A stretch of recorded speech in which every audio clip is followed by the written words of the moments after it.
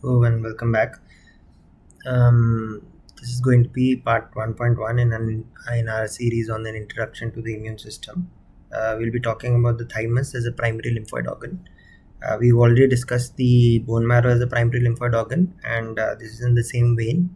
So we're talking about the structural components of the immune system that are relevant prior to going into its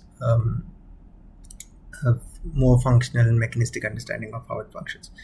So the general structure, as we've already discussed, includes primary, tertiary, and secondary and tertiary lymphoid organs. The overview of this particular talk will be as follows. We'll talk about the general architecture of the thymus. I'll discuss the embryonic development of the thymus. We'll go through the antigen independent T cell development in the thymus. For this, I'll be using the example of a delta gamma T cell. So generally speaking, there are three pathways a T cell can follow within the thymus. The first is the T cells can develop into an alpha beta T cell receptor or TCR expressing T cell. They can develop into gamma delta TCR expressing T cells. Alternatively, they can be developed into what are called mucosal associated invariant T cells. So of these, technically speaking, mucosa associated invariant T cells are innate lymphocytes. And we'll see some subsets of gamma delta T cells also function as innate lymphocytes, although I'll not be going into the details of that in this discussion. I'll be talking about that when we talk about T cell polarization in our series on the adaptive immune system. Now, the development of gamma delta T cells expressing gamma delta TCR expressing T cells in the thymus will be used as a representative example of how the thymus treats a T cell, or how what processes a T cell has to undergo as it passes through the thymus. Then we'll talk about in some detail the rearrangement of the gamma delta TCR gene locus. So this will be a gentle introduction, or maybe not that gentle, but slightly gentle introduction to how TCR and BCR genomic rearrangement occurs. And again, we'll talk about the molecular mechanisms as I've already highlighted in a subsequent video. So getting right into it, the thymus as a primary lymphoid organ. So this is the structural overview of the thymus. The thymus is a small gland that is located in the anterior mediastinum. So this is this is actually a diagram I've taken from Netter's anatomy, in which the heart and the lungs are in situ and the anterior chest wall has been removed, and you can see the thymus within the anterior chest, what would be the anterior mediastinum. So once you take a histopath or a cut section of it and stain it with HNE, what you find is this. You find that the thymus has got a capsule. That capsule extends inwards through some connective tissue, what are called connective tissue trabeculae, which basically contain fibroblasts, collagen, and some blood vessels. And then we have a clear distinction between the cortex and the medulla. Okay, so this is everything inside. This is the medulla, and everything outside is the cortex. So this is the general overview. Why I need to highlight this is because, as we'll see, T cells that enter into the thymus, that have left the bone marrow and are about to enter into the thymus, actually enter at this site, that is the corticomedullary junction. Then they undergo development in the cortex, and then gradually move towards the medulla. And this is a fetal thymus right at birth. So in slightly older people, you can see one here. There are some structures known as Hassel's corpuscles that are located within the medulla, which are basically T cells that have not been selected and are therefore undergoing apoptosis within the medulla, or programmed cell death within the medulla, and therefore are being removed from the T cell repertoire of the person rather. Okay, so now coming into exactly how the thymus develops. So what I've drawn here is a lateral view of a human fetus around week 8 or so.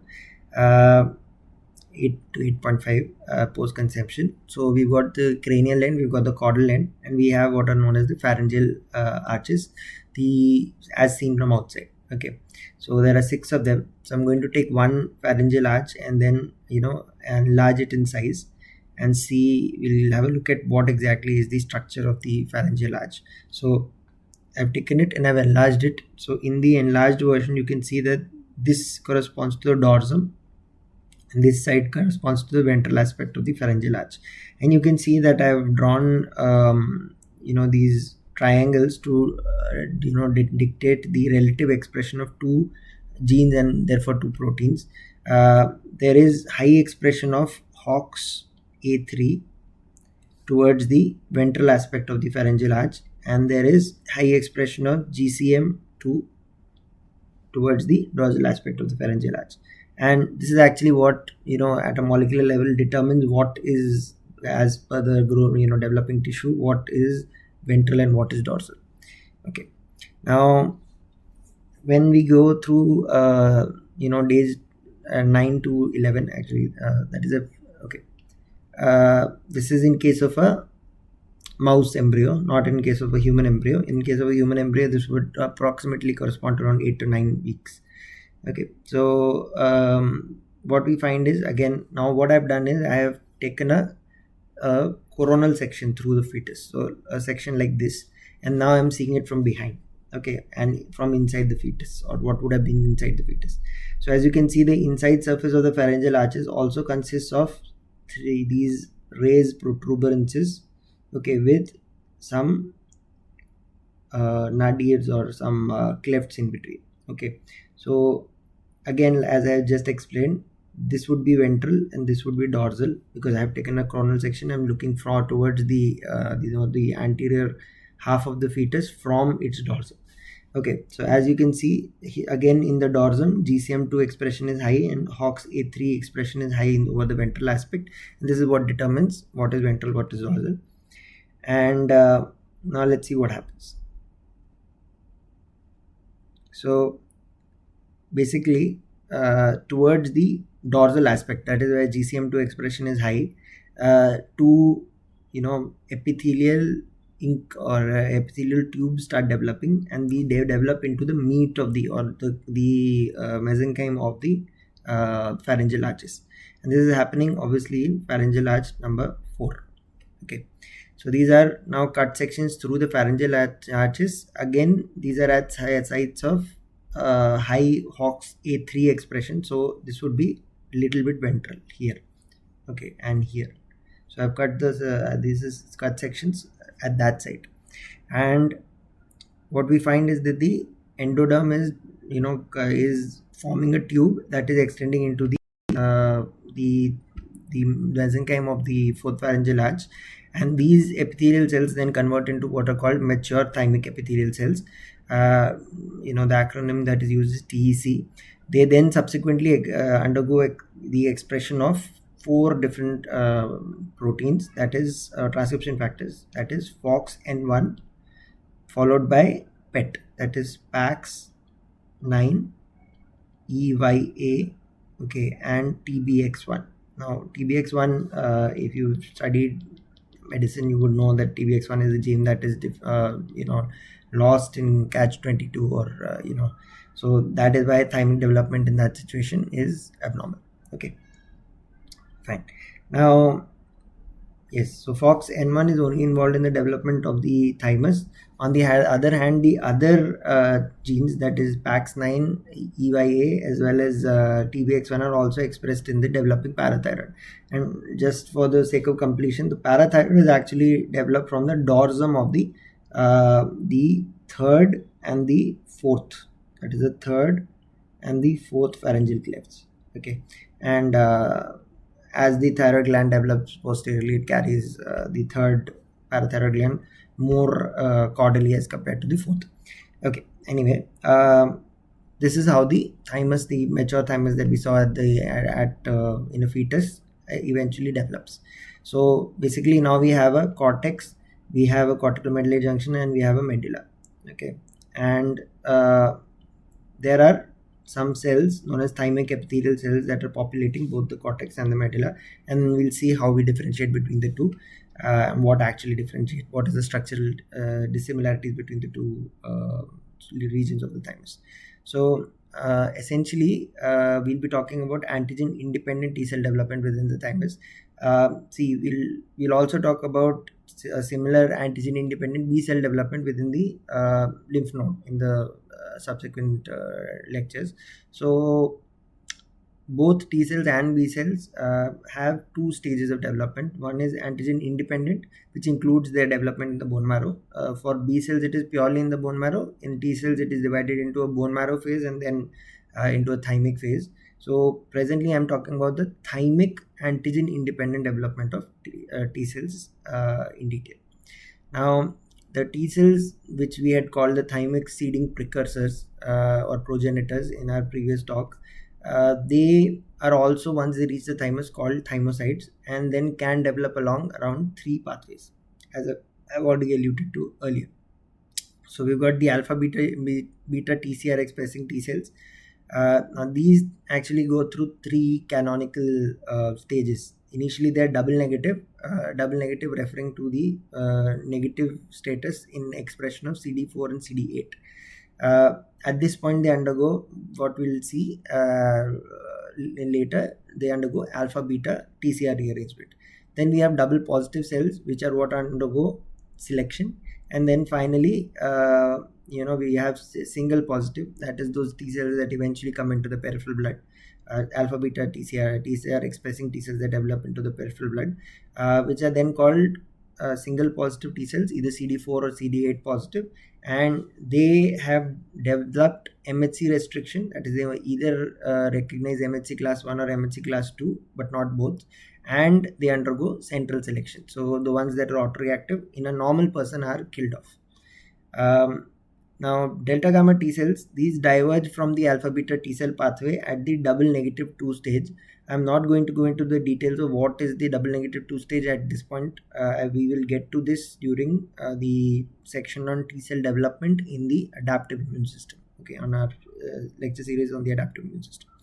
So the development of delta gamma T cells is very analogous to alpha beta TCR expressing T cells, but there are some important differences. Naturally, the most important one being that the delta gamma TCR gene is what is rearranged instead of the alpha beta TCR. They do not undergo central selection or MHC restriction, so this can obviously open the door to autoreactive or partially or maybe even completely autoreactive T cells reaching the periphery. Then there is a third subset of T cells, as we discussed, called mucosa associated invariant T cells. This is a subset of quote unquote innate lymphocytes.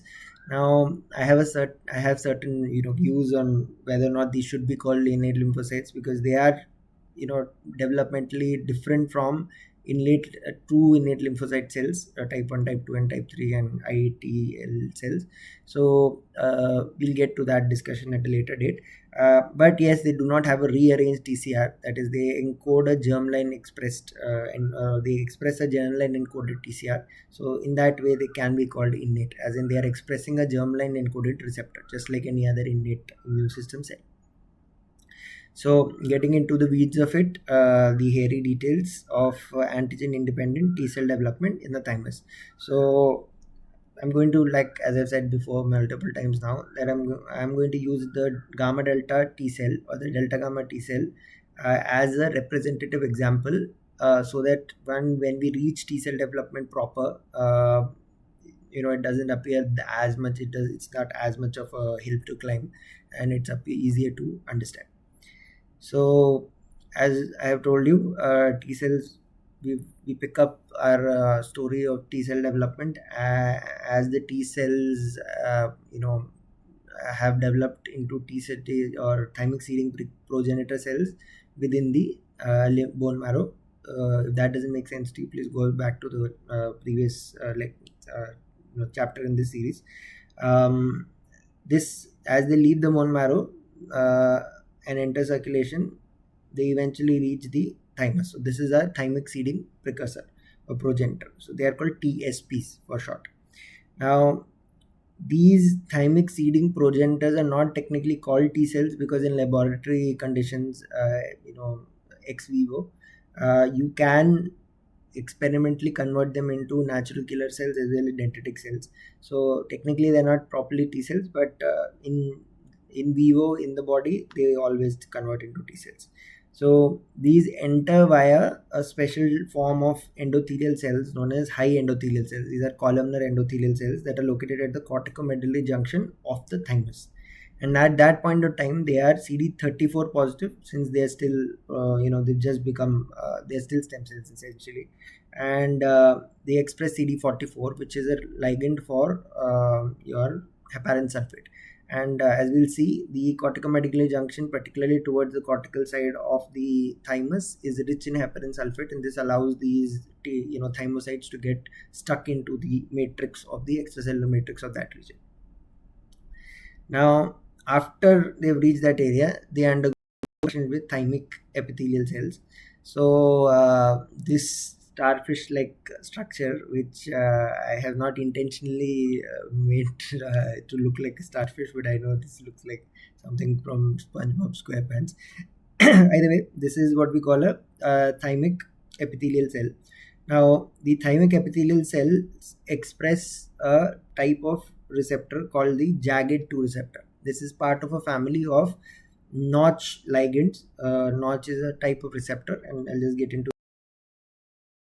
So it expresses a gd2 receptor, and these early thymic seeding progenitor cells or precursor cells have also express the receptor for gd2, which is called notch3.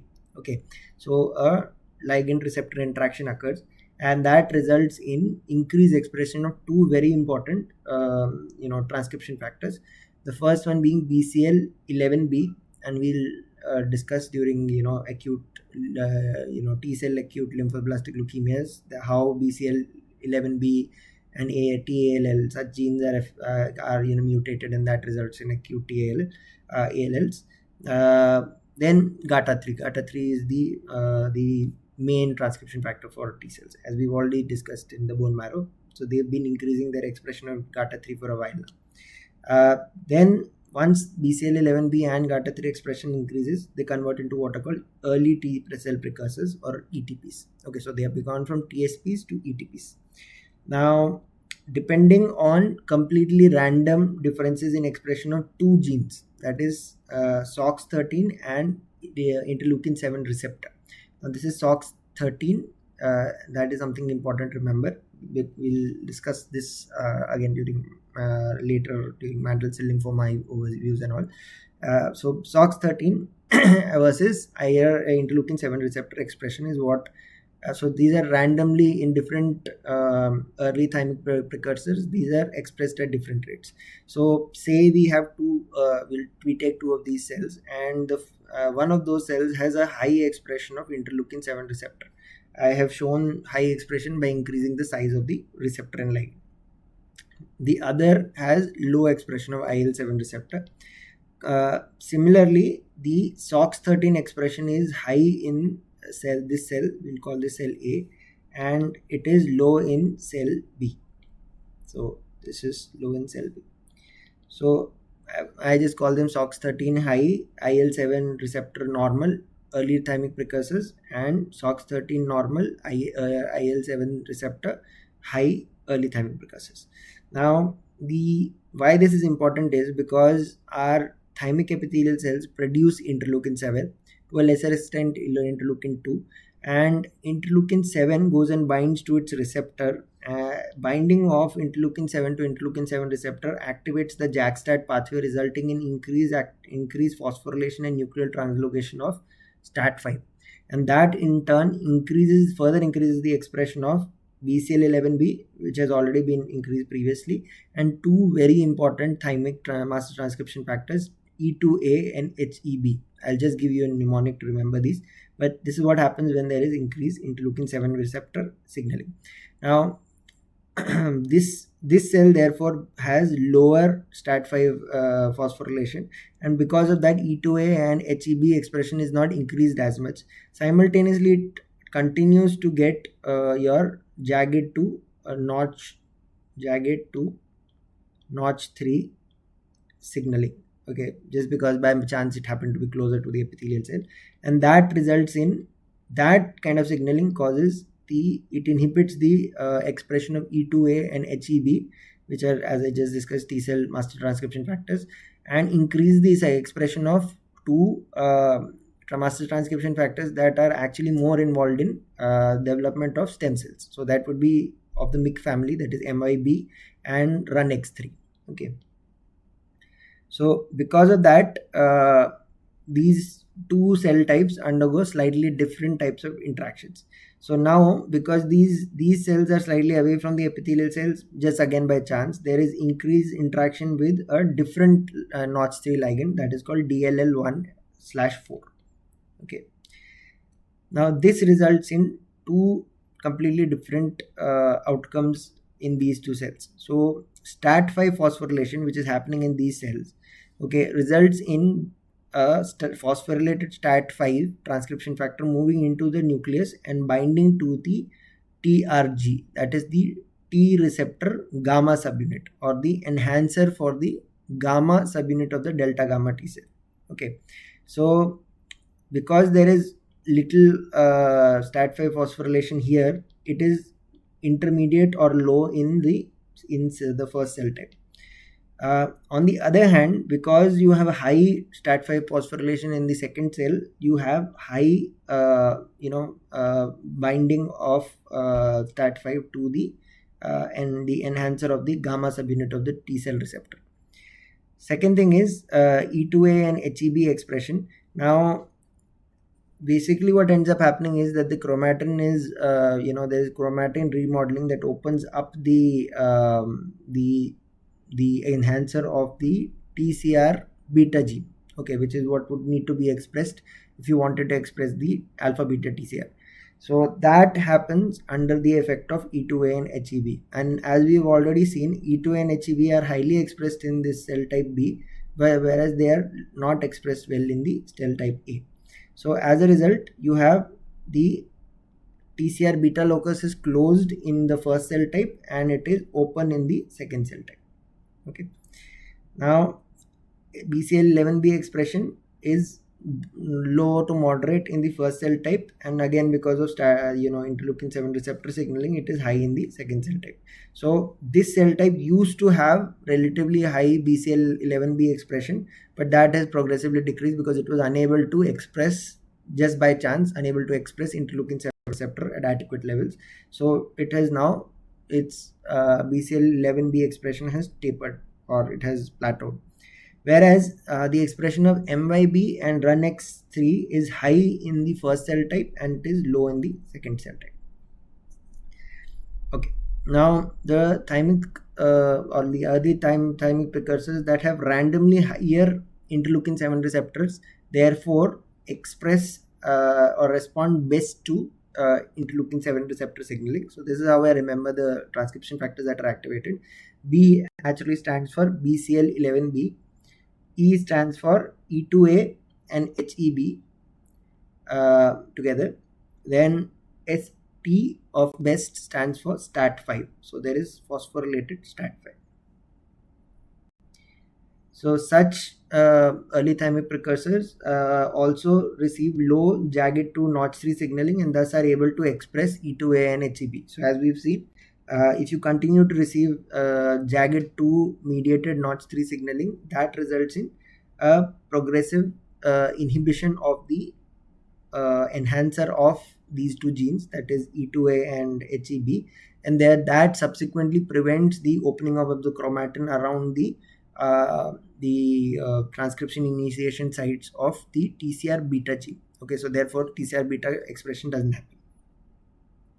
So these transcription factors keep the TCR beta enhancer open in such cells. This allows for TCR beta gene expression or rather rearrangement and then expression.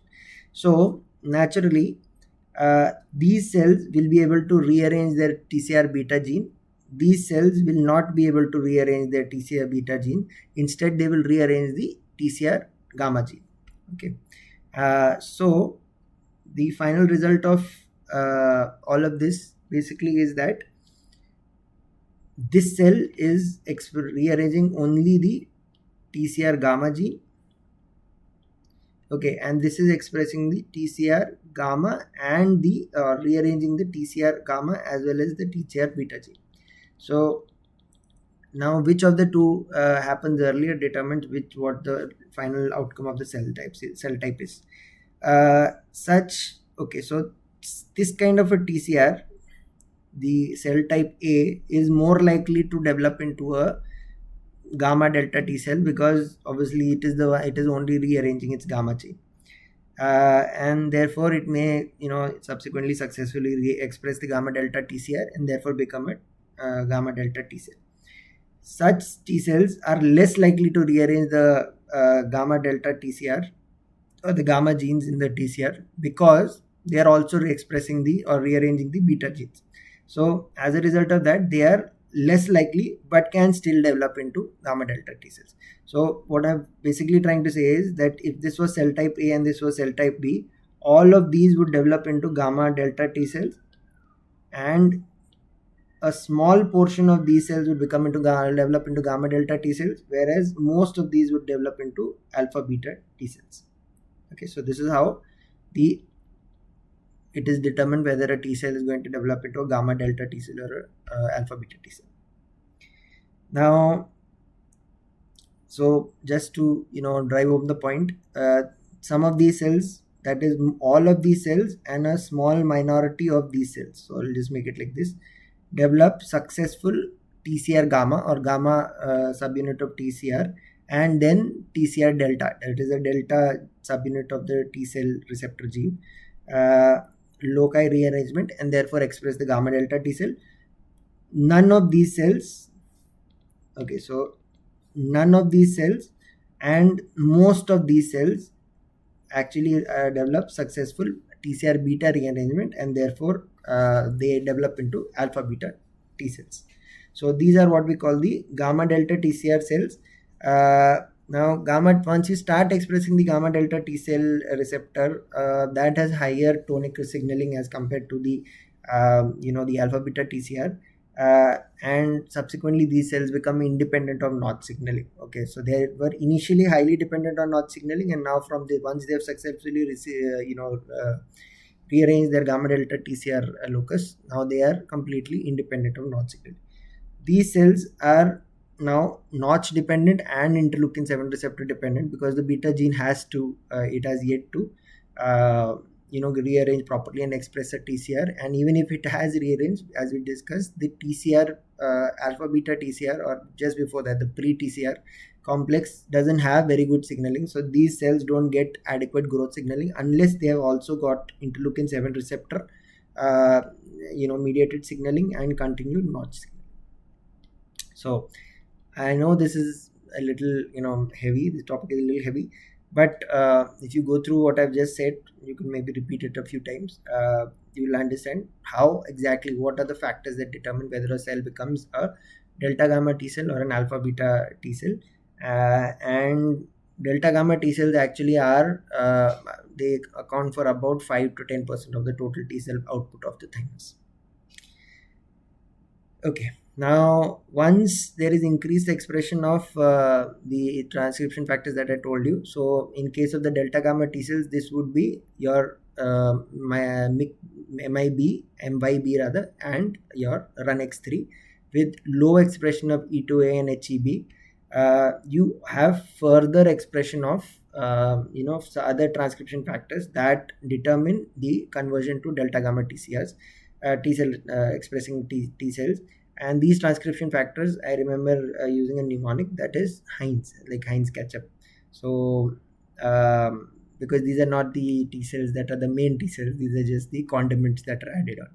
Okay, so H here stands for HES1, E stands for ETV5, EGR123, ID3, for I stands for ID3, N stands for NR4A123, and Z stands for ZBT B16 transcription factors. Additionally, triple-like factor, that is KLF2, is also involved. So this is just something that you need to know, because these are the must transcription factors that are involved here. but obviously the concept behind it, what is exactly happening, is far more important than actually memorizing these. uh, in case of the alpha beta TCR, we'll see subsequently that alpha beta TCR beta rearrangement results in the T cells eventually successfully developing into alpha beta TCR expressing cells. Okay. So the transcription factors I'll just show that all of these are basically transcription factors. Okay.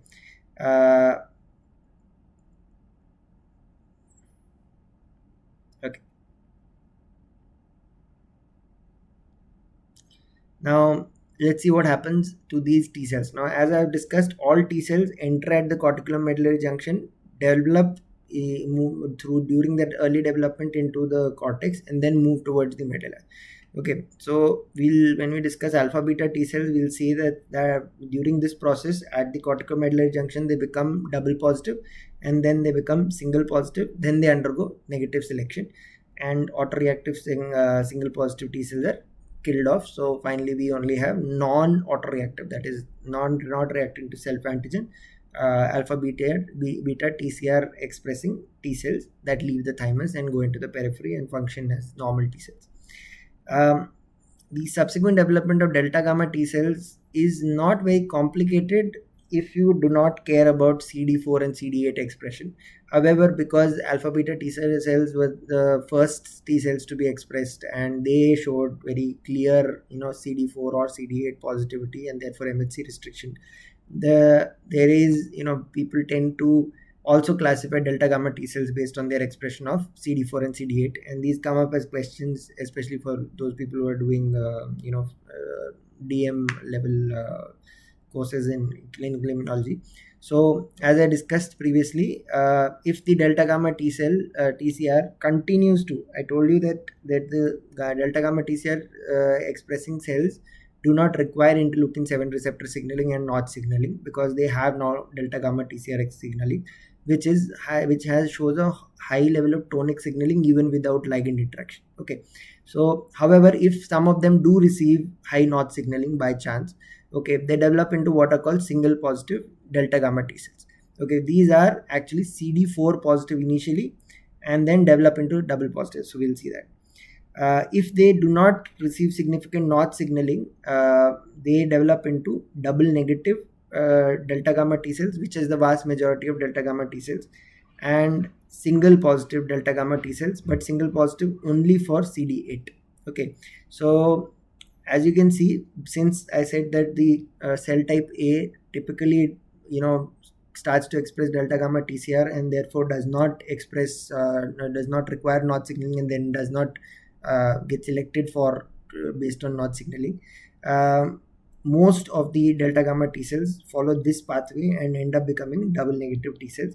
A small minority develop into CD8 plus single positive delta gamma T cells, and again a small minority by chance receive higher Notch signaling and end up expressing both CD4 and CD8, that is CD4 plus 8 double positive delta gamma T cells. So when you do flow cytometry on peripheral blood T cells, you actually find these three subsets of delta gamma T cells, and this is the vast majority of the delta gamma T cells. So a portion of the double negative cells that you find in peripheral blood is actually delta gamma T cells. We'll see how that in healthy people, it is the vast majority of the double negative T cells that you find in the periphery. Okay. So thus delta gamma T cells are usually double negative, but can also be single positive or double positive if they continue to receive high Notch signaling, and they can be single positive for CD8 plus. Okay, now CD4 plus single positive T cells are not usually seen in the periphery. They are only seen within thymus because they are immature gamma delta T cells or delta gamma T cells. Okay, now your gamma delta T cells demonstrate extremely intensive chromatin remodeling, which is not the as compared to TCR or alpha beta TCR expressing counterparts, and this, as I've discussed, is because of the high expression of MYB as well as RUNX3 even in later stages of development. Okay, so we've seen how the delta gamma T cells are treated within the thymus as compared to alpha beta TCR expressing T cells, and we've seen that this results in 5 to 10% of all T cells leaving the thymus being delta gamma TCR expressing T cells. However, unlike what I discussed briefly for alpha beta TCR expressing T cells, they don't undergo negative selection within the thymus. So a large proportion of them are at least partially reactive to self antigens. Okay, and we'll see when we go into the functional overview of the delta gamma T cell, that delta gamma T cells, at least a proportion of them, are responsive to lipid antigens. Okay, specifically some lipids that are not usually produced within the human body. So we'll see how they are therefore then involved in anti-tubercular and antiviral immune responses. Okay, prior to that, we'll just go into again the weeds of the delta gamma TCR gene rearrangement. This will be an example, a representative example of how T cell receptor, that is TCR, and B cell receptor gene rearrangement occurs. This is just a relatively high level overview with details regarding delta gamma TCR rearrangement, but I'm not talking about the details of the alpha beta TCR and the B cell receptor rearrangement, which will be discussed separately during T cell and B cell development. Again, then I will go into the molecular details of the same in a subsequent video regarding the specific details of the molecular interactions that result in these types of rearrangement. Okay, now the delta gamma TCR encoding gene locus, okay, looks like this. It contains variable segments. So obviously there are delta genes and there are gamma genes. On the left side of the screen is the 5' region of both genes, and the right side is the 3' region. Okay, so these are the different variable regions within the variable segments within the TCR gamma locus, that is the gamma TCR. Then we have variable segments in the delta locus. So I'll just read them out. This is variable gamma 2, variable gamma 3, variable gamma 4, variable gamma 5, variable gamma 8, and variable gamma 9. Okay, these are how they have been named in human beings. And from 5' to 3', variable delta 4, delta 6, delta 1, variable delta 5, 7, 8, and 2. Okay, so obviously the numbering varies, and therefore you actually need not remember this, but you should know that they are not numbered in the correct order. Then we have what are known as the we also have a variable delta 3 gene, which is located actually completely 3', that is at the most 3' part of the gene. Then we have what are known as joining segments. Okay, so joining segments in the gamma gene are the segment 1, segment 0, and J1. So it's called JP1, JP, and J1 segments, just to create confusion. And then we have a gap in the gene, and then we have the JP2 as well as the J2 segments. Okay, so these correspond to the variable segments of the gamma subunit of the variable segments of the gamma subunit of the TCR gene, gamma TCR gene.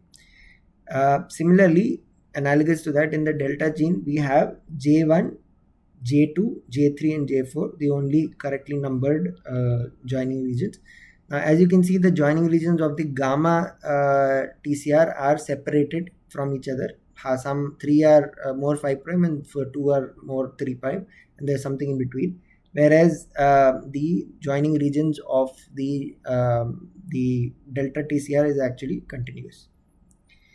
Then we have a GC1 region that is there within the two joining regions of the TCR gamma gene, and a GC2 region which is located 3' of the J2 region. So this is the GC2 region. Okay, so GCs are basically useless regions, and they are the gamma constant. GC stands for the gamma constant region. So why it is constant is because these are expressed intact. They are not changed at all during rearrangement.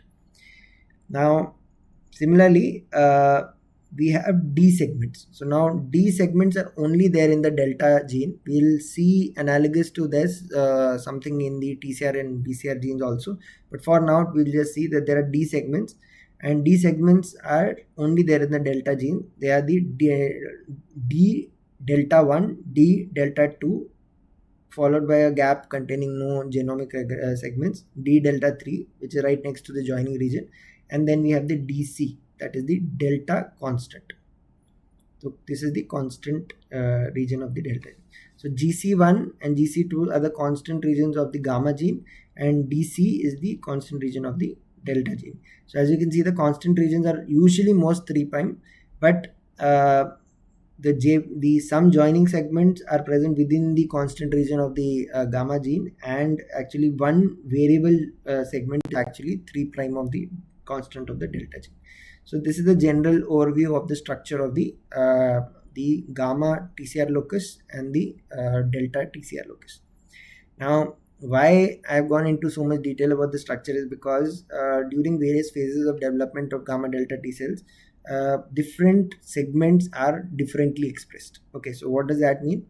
So we have two types of two stages in which expression occurs. One is prenatal expression, that is the gamma delta T cells that are developing before the child is born, that is in utero, okay, while the person is in utero. So this, while in utero, most gamma delta T cells that are expressed tend to express the central variable segments of the gamma variable gamma segments. So that would include mostly variable gamma 4 and variable gamma 5, and to a lesser extent variable gamma 3 and variable gamma 8. They similarly express the distal variable segments of the delta gene. So that would include variable delta 7, variable delta 8, and variable delta 2. Okay. Similarly, they and also the variable delta 3 gene.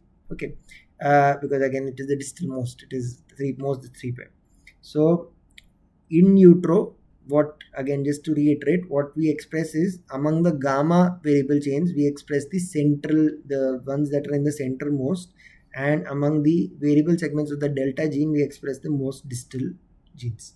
Similarly, we express the most distal joining regions, but only in the delta gene.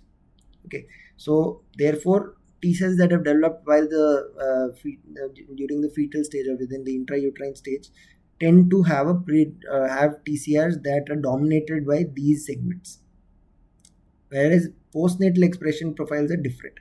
Postnatal expression of the variable gamma chains shifts more towards the distal end, so that becomes predominantly variable gamma 8 and variable gamma 9, to a lesser extent variable gamma 5. Then it changes to the the proximal variable delta segments and the proximal J segments. So basically the delta gene in utero, the distal variable delta segments are what are expressed more. After in postnatal development, it is the proximal variable delta J genes that are expressed more. Similarly, in utero, for the delta gene, distal J segments are expressed more, whereas postnatally the proximal J segments are expressed more. And in case of so it's the reverse. Okay, and in case of gamma TCRs, it is almost correct, but it's not the proximal variables that are expressed first. It is the central variable gamma genes, that segments that are expressed first, and postnatally they are the distal variable segments are expressed later. See, this is not right. The joining segments and the constant regions are always expressed. That is how, otherwise you will not be able to express a full-fledged gamma chain. Okay, now for resulting, based on the structure of the final gamma delta TCR that a particular gamma delta T cell is expressing, there are 3 types of defined gamma delta cells.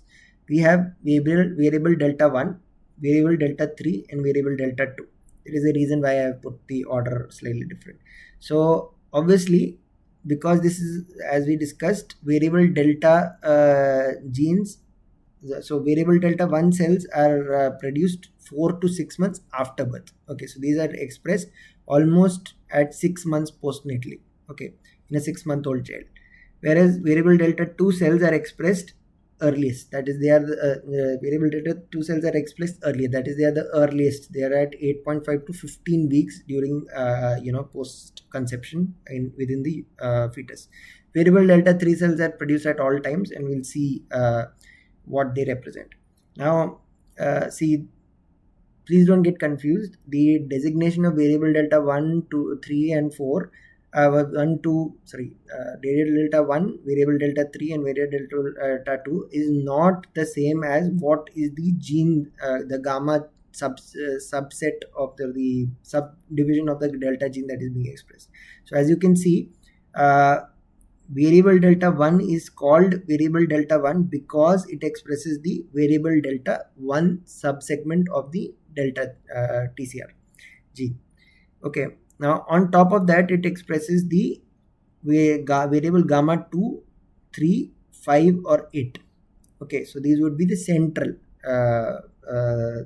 these would be actually, the central to slightly distal the gamma chain. So we've discussed that it is the central variable gamma chains that are expressed, it is the distal variable gamma chains that are expressed later in development. So it will be mostly variable gamma 5 and variable gamma 8 combined with the J1 segment of the joining region, as well as, but always the variable delta 1 region, along with obviously delta D regions, delta 1 or delta 2. So this is the structure of the TCR, which is called a variable which defines a T cell as being a variable delta 1 T cell. Okay, so you don't have to remember the exact structure, but as we already have seen, it is the distal variable segments of the gamma chain that are expressed later in life. So that is why this structure appears like this. The designation is based purely on one thing, that is the subsegment of the variable delta gene that is being expressed, and that is 1. That's why it is called variable delta 1. Okay, then we have variable delta 2. So variable delta 2 express naturally, as you would expect, variable delta 2 segment of the delta gene. Along with that, they express variable delta 8 and 9. So as we see, this would be the distal variable, not variable delta, variable gamma. These would be the distal variable gamma gene segments, and they express the D region, that is the D delta 3 as well as the G1 region. And variable delta 3 includes all the other cells, and they can have various permutations and combinations of the B, J and D segments that we've segments, as well as the of gamma and delta genes that we've discussed previously. Now there is no dominant TCR combination among the variable delta genes. So they can be any combination of this and this, or this and this. So there are multiple combinations that are possible. However, the variable delta 2 genes, which are developed early in utero, almost always express this combination, that is the variable delta 2 with variable gamma 9 gene expression. Now most variable delta 3 genes express variable delta 3 with variable gamma 2 and gamma 3. Okay, so these are the relatively more proximal variable gamma genes along with variable delta 3. Okay, so as you can see, basically variable delta 1, 3 and 2 are named based on the variable delta gene subsegment that is being expressed. If it is a subsegment 1, it will be variable delta 1, subsegment 2 it will be variable delta 2, and subsegment 3 it will be variable delta 3.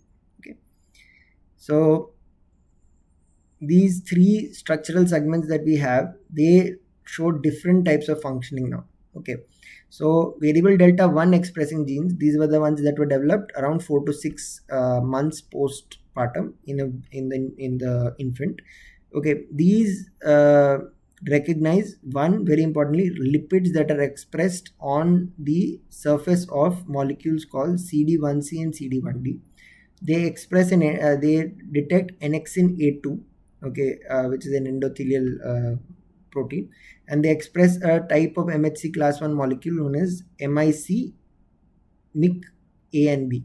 Okay, but MIC A and B are also, we'll see, they also bind to an NK cell receptor called NKG2D, but the binding site for the the TCR of variable delta 1 cells is different from that of NKG2D cells receptors. Variable delta 2 cells which are developed in utero detect phosphoantigens, and we'll see what phosphoantigens are. These cells actually cannot directly bind to phosphoantigens. They bind to phosphoantigens that have been bound to another protein known as the butyrophilin 3A1 protein. This induces a conformational change in butyrophilin 3A1, and the variable delta 2 plus variable gamma 9 receptor, which is the most common combination that we see in variable delta 2 cells, that binds to this conformationally altered butyrophilin 2A1 protein or 3A1 protein rather. Okay, now variable delta 3 cells they only detect lipid molecules as expressed on CD1D receptors. Okay, now they can co-express CD107A, which is a degranulation receptor that they co-express with CD8 plus T cells. So we'll get into the weeds of that later. Okay, but as you can see, variable delta 1, the cells that were developed predominantly 4 to 6 months postnatally, and variable delta 3 cells are the major delta gamma T cells that detect lipid antigens. Okay, and this is always done in the context of CD1A. So that lipid has to be bound by a protein called CD1C or CD1D. And in case of variable delta 3, it has to be bound to CD1D.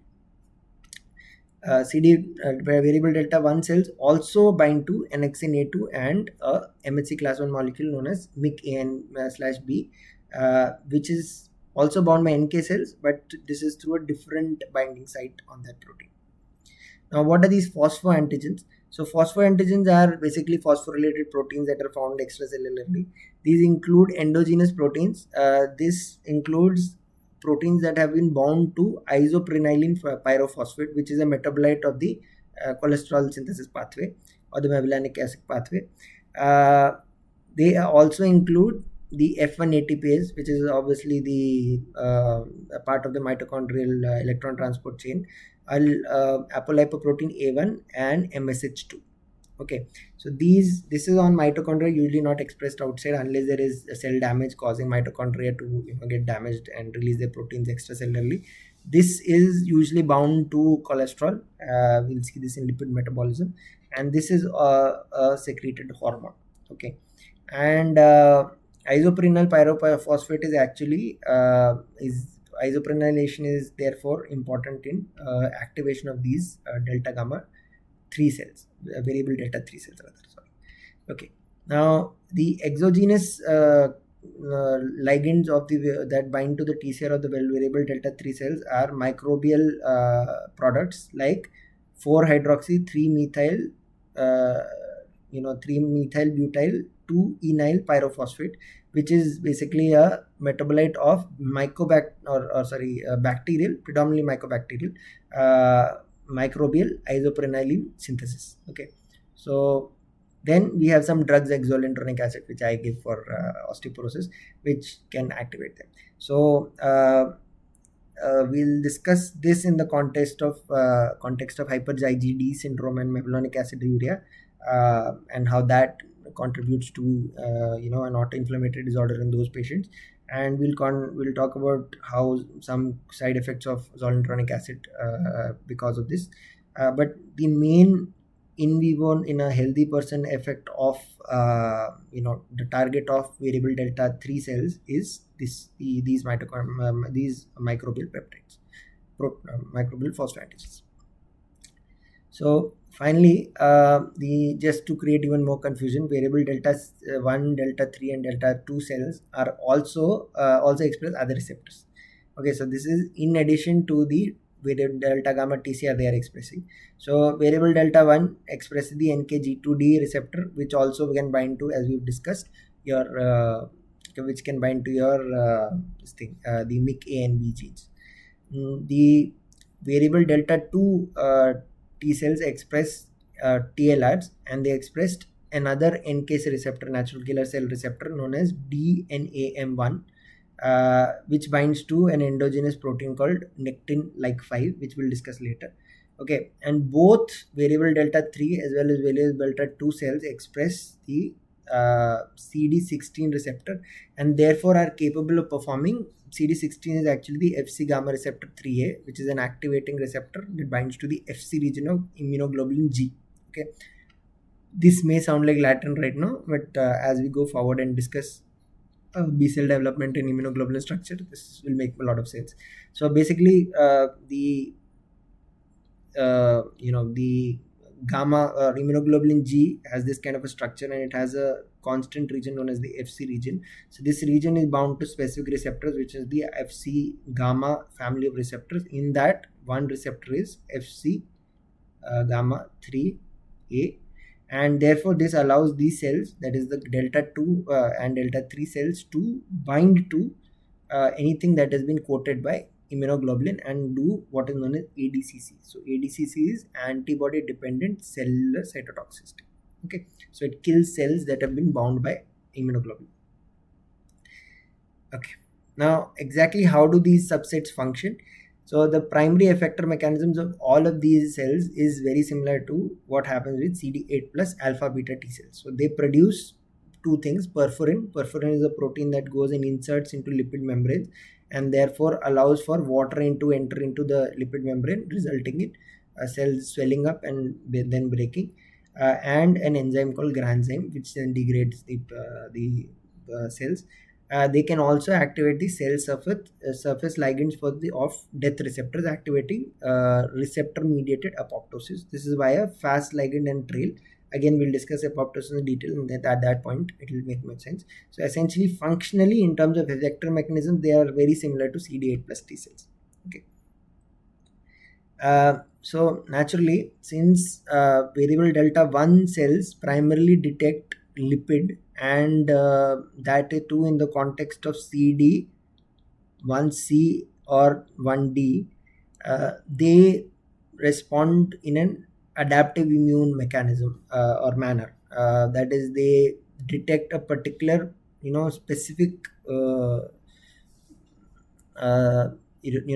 molecular structure on the pathogen. Okay, and that can be variable in some cases. So they are more they function more like the adaptive immune system, and this includes having immunological memory. So subset of variable delta 1 cells eventually develop into memory T cells. Okay, now variable delta 2 cells, however, bind to phosphoantigens and function as pure innate immune cells. So we'll have a detailed discussion on purely innate lymphocyte cells. So there we'll see that mate cells are innate lymphocyte cells. Again, I have some issues with that classification, but they are in a way. ILC, innate lymphocyte cells type 1, 2 and 3, as well as ILT cells are innate lymphocyte cells. The variable delta 2 subunit expressing subset of gamma delta T cells are also innate lymphocyte cells. Okay, now just for completion's sake, in some pathological states, your gamma delta cells levels in blood are increased. So because of increased phosphoantigen expression, viral infections and B cell leukemias states have been shown to have variable delta lipid antigen expression. Viral infection and B cell leukemias have been shown to have variable delta 3 gamma delta TCR levels being high in blood.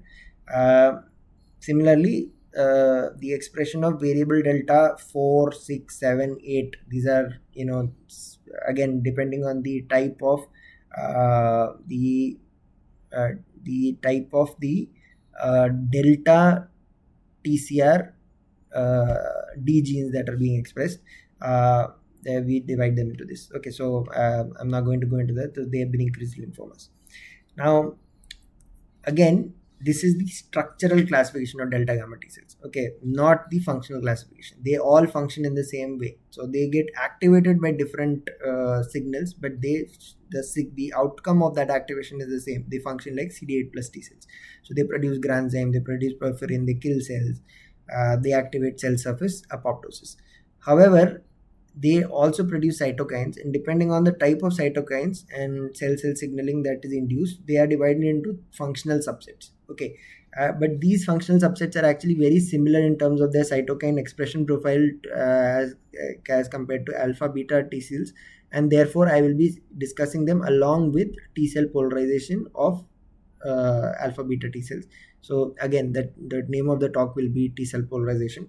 So polarization is very similar functionally in alpha beta T cells and your gamma delta T cells, and naturally those gamma delta T cells will be primarily variable delta 1 and variable delta 3 gamma delta T cells. So this will be discussed later under adaptive immune system part 3, T cell polarization, which will be an upcoming video. So in this discussion, I have gone through the following. I have discussed the general architecture of the thymus. I have talked about embryonic development of the thymus, antigen independent T cell development in the thymus in a general overview. I have enumerated the 3 pathways that are followed by T cells in the thymus. So they could develop into alpha beta T cells, gamma delta T cells, mucosa associated invariant T cells, which I have not gone into details about. They can develop into gamma delta T cells expressing though that gamma delta T cell expression I have used T cell development I have used as a representative example to show T cell development in the thymus. And again, I have shown rearrangement of the gamma delta TCR or the T cell receptor gene as a representative example of T cell receptor, that is alpha beta T cell receptor, and B cell receptor gene rearrangement. And so that was slightly extensive, a little complicated and a little difficult to understand. Please go through it in detail, because again, these concepts will come up again in alpha beta TCR rearrangement and other TCR and BCR rearrangement. Similarly, T cell development will go into the molecular details of alpha beta T cell development. So things will make a lot of sense then. However, this if I don't start here, then this level of confusion will arise much later in the course, and then that will cause that'll make it more difficult to understand. So even if you don't understand it completely, be a little patient. When we get to alpha beta TCR TCR rearrangement and T cell development, this video in that context will become much more clear. So thank you, and I look forward to seeing you in the next video, where I'll be talking about secondary lymphoid organs. So thank you.